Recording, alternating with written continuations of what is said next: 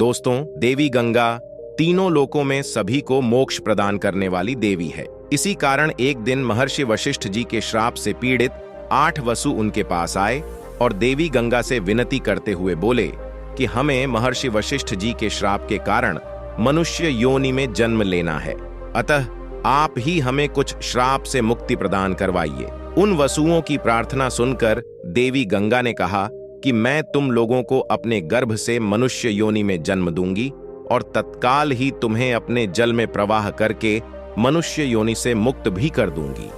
देवी गंगा ने उन वसुओं को जन्म देने का वचन तो दे दिया था, परंतु उसके बाद वह यह सोचने लगी थी कि वह पृथ्वी पर किस मनुष्य के साथ विवाह करके इन वसुओं को जन्म देंगी।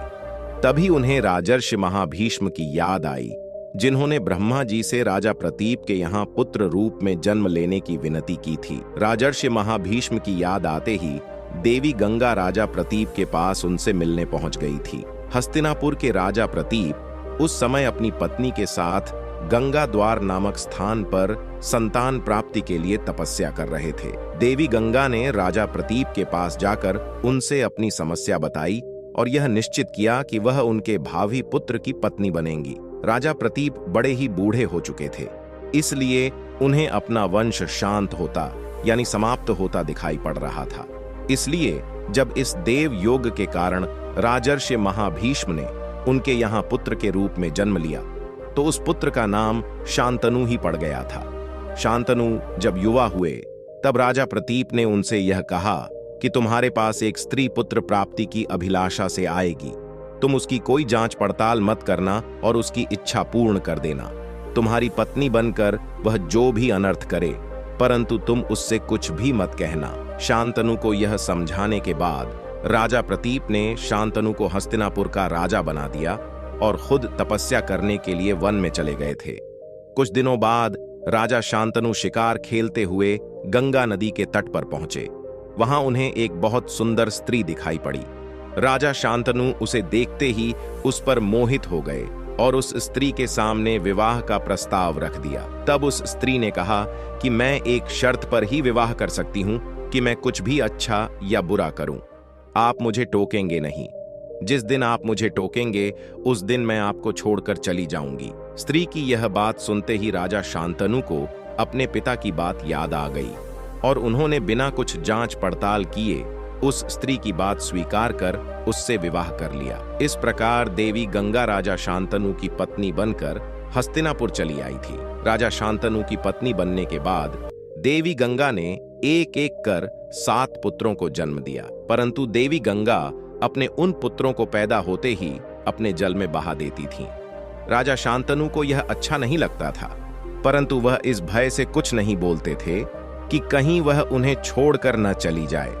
परंतु देवी गंगा ने जब अपने 8वें पुत्र को जन्म दिया और उसे भी वह अपने जल में बहाने के लिए जाने लगी, तो राजा शांतनु से सहा नहीं गया और उन्होंने क्रोध में देवी गंगा को रोककर उससे पूछा कि तू कौन है, कैसी स्त्री है जो अपने ही पुत्रों को तू मार डालती है। राजा शांतनु की यह बात सुनकर गंगा ने कहा कि तुमने शर्त तोड़ी है, इसलिए अब मैं तुम्हारे साथ नहीं रहूंगी। और साथ ही देवी गंगा ने शांतनु को अपना परिचय देते हुए यह बताया कि मैं गंगा हूं और उसके सभी पुत्र वह वसु थे जिन्हें महर्षि वशिष्ठ जी के श्राप के कारण मनुष्य योनि में जन्म लेना पड़ा था। राजा शांतनु के पूछने पर देवी गंगा ने बताया कि एक बार 8 वसु अपनी पत्नियों के साथ घूमते हुए वशिष्ठ जी के आश्रम में पहुंच गए थे। वहां देव नामक वसु की पत्नी कामधेनु गाय की पुत्री नंदिनी गाय को देखा तो उसने देव से कहा कि मैं अपनी सखी के लिए यह गाय चाहती हूं, इसलिए इसको चुरा ले चलो। पत्नी की बात सुन वसुदेव ने अपने भाइयों के साथ मिलकर नंदिनी का हरण कर लिया था। जब वशिष्ठ जी ने अपनी दिव्य दृष्टि से यह सब पता लगा लिया, तब उन्होंने यह श्राप दे दिया था कि जिन वसुओं ने मेरी गाय हरी है उन वसुओं का जन्म मनुष्य योनि में होगा। वशिष्ठ जी का यह श्राप सुनकर 8 वसु उनके चरणों में गिरकर क्षमा मांगने लगे थे। तब वशिष्ठ जी ने अपना श्राप कम करते हुए कहा था कि 7 वसु तो जन्म लेने के बाद जल्द ही मनुष्य योनि से छुटकारा पा जाएंगे, परंतु यह देव नामक वसु बहुत दिनों तक मृत्यु लोक में रहेगा। गंगा कहती हैं कि हमारा यह 8वां पुत्र वहीं देव नामक वसु है जो चिरकाल तक इस मनुष्य लोक में रहेगा। यह कहकर गंगा अपने उस पुत्र के साथ अंतर्धान हो गई थी।